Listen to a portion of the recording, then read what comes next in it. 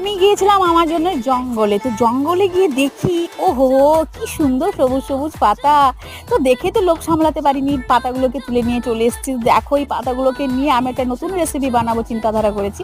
তো রেসিপিটা হলো, তো আমি ১ম এ পাতাগুলোকে ধুয়ে রেখেছি সুন্দর করে। তারপর আমি আলুটাকে গ্রেট করে নিলাম। তারপর আলুর সাথে দিয়ে দিলাম সুন্দর, সুন্দর দেখে চকচকে দেখে জলের পোকা। তো জলের পোকা মানে বুঝতে পারছো?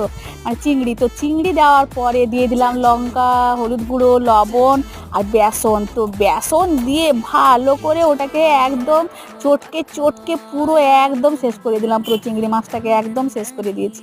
তারপর দিয়ে দিলাম ওই পাতার মধ্যে চাপিয়ে, তারপর বেসনে বুড়িয়ে দিলাম গরম তেলে একদম ছেড়ে। ও টকবক টকবক টকবক করে ফুটছে দেখো। তো তৈরি হয়ে গেল আমার ওই পাতার রেসিপি। তো দেখো কত সুন্দর চপটা বানিয়েছি।